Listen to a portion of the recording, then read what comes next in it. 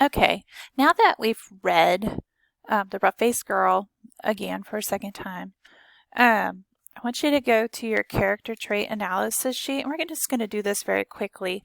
And normally, if we were in the class, we would do this a little bit different because you would each have a book to be working out of.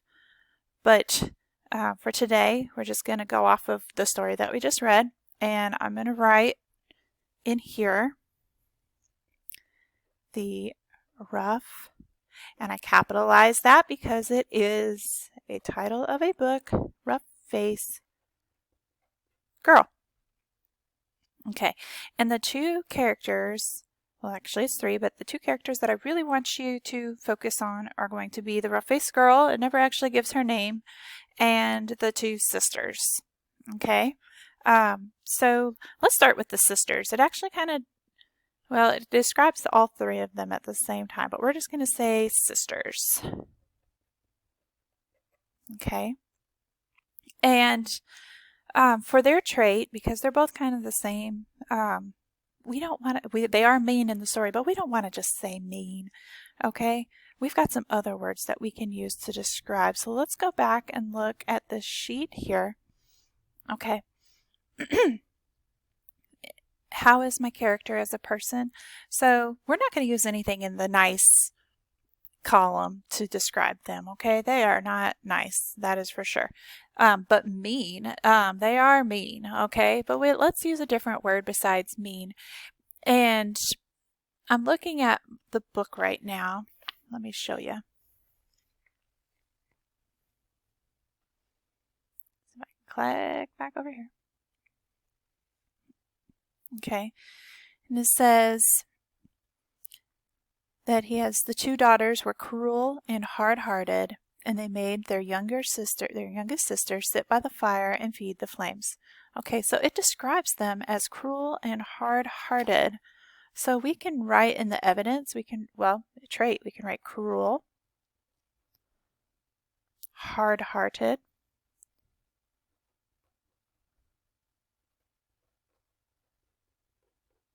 okay. And we can say as evidence, they made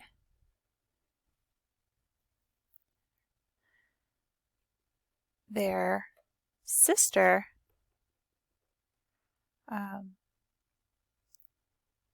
sit at the fire and get burnt.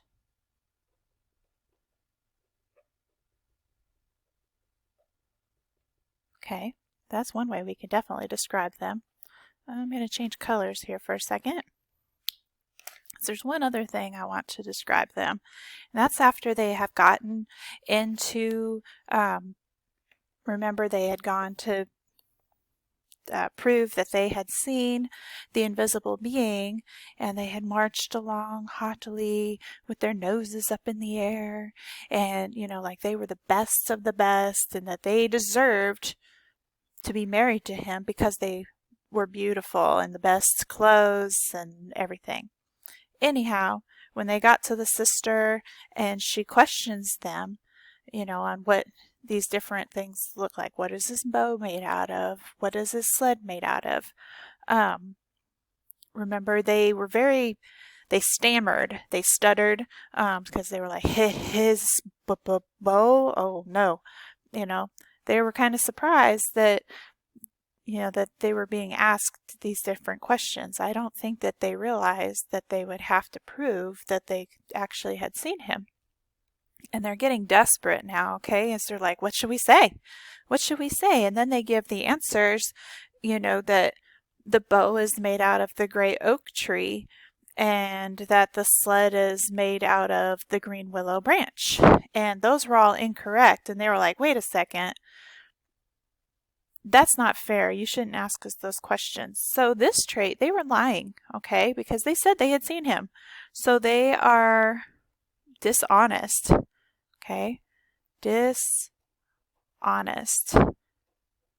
Okay, and when I have the prefix dis in front of a root word, honest, that means not, okay? So they are not honest, okay? And we're going to say that the evidence from that is that they lied about seeing, the invisible being.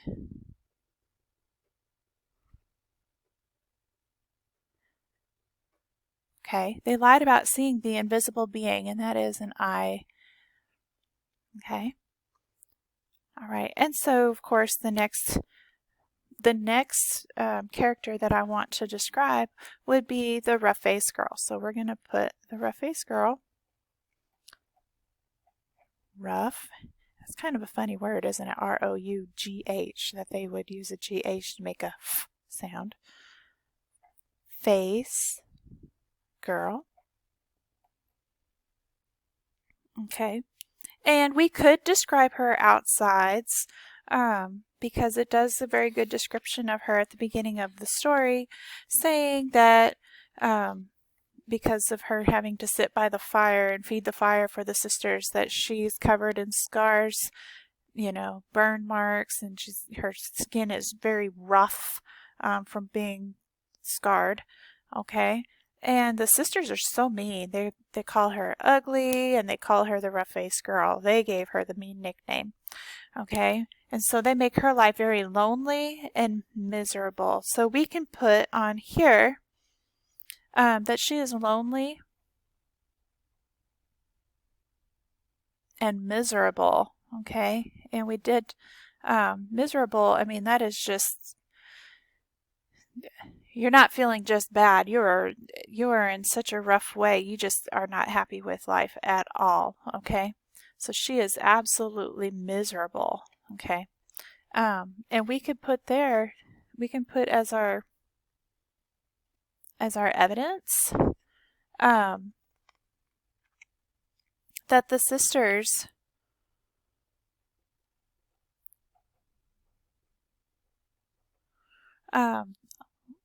laughed at her, you know, and this is her family. These are the people that should be supporting her. So they laughed at her and called her rough-faced girl. Okay, and if anything, we should always have our families back. You know, the last person that should ever make you feel bad is somebody in your family. You know, your sisters should be taking care of you. If these were brothers, they should be taking care of them. So they call her rough-faced girl. Okay? So she's lonely. She doesn't have anybody, you know, to confide in or to help her feel better. Okay? And then if we go on in the story, so it goes on about the sisters going to meet the invisible being, and then it goes on after they've gotten turned away. She goes to her father. The rough-faced girl goes to her father, and she asks if she can have some beads and some new buckskin, a new buckskin dress and some new shoes. And unfortunately, he's like, I'm sorry, I can't give you any of that. He doesn't have any more. Okay. So she says, though, that's okay. Whatever you can spare. Okay. She's not stingy. I don't know if we've talked about that word, but she's not selfish. There we go. That's a good word. She is not selfish. Okay.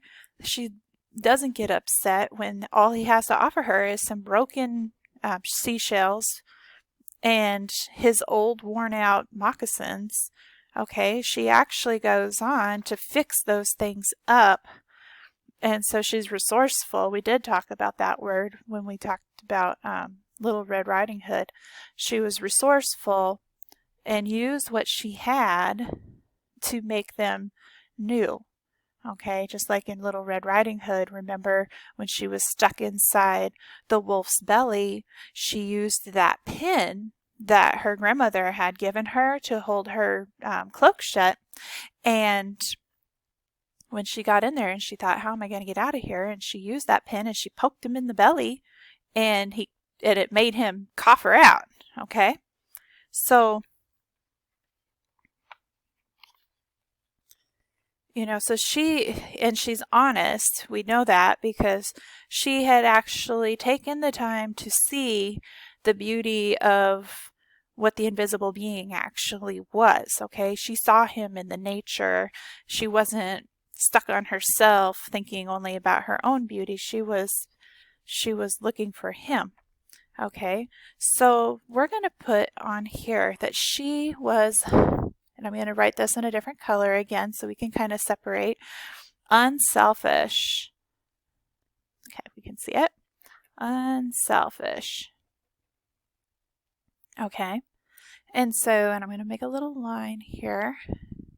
So when she asked her father for the items, he told her, I'm sorry, but this is all I have. And she was happy to accept anything that he was willing to share with her. Okay. And so she willingly accepted what her father could give her. She wasn't upset with him. Imagine if the sisters had been told by their father the same thing. Imagine what their response would have been. Okay. They probably wouldn't have been so nice about it. They would have probably had a fit. So she willingly accepted what her father was able to give her. Okay. There, you can see that? Yes. And so tomorrow we're going to continue looking actually at some cultural things. And we did talk about culture during our last unit when we did the animal stories. And we talked about the setting, how things could be different depending on culture, their food, their clothes, their homes, and all of that. So we're going to kind of look at the different cultures of our characters between Cinderella and the rough-faced girl. So it'll be kind of interesting to see the difference, okay? So hopefully this will, there we go. If you can see it all. Let me move me so you can see that bottom box. Okay. Now I'm signing out.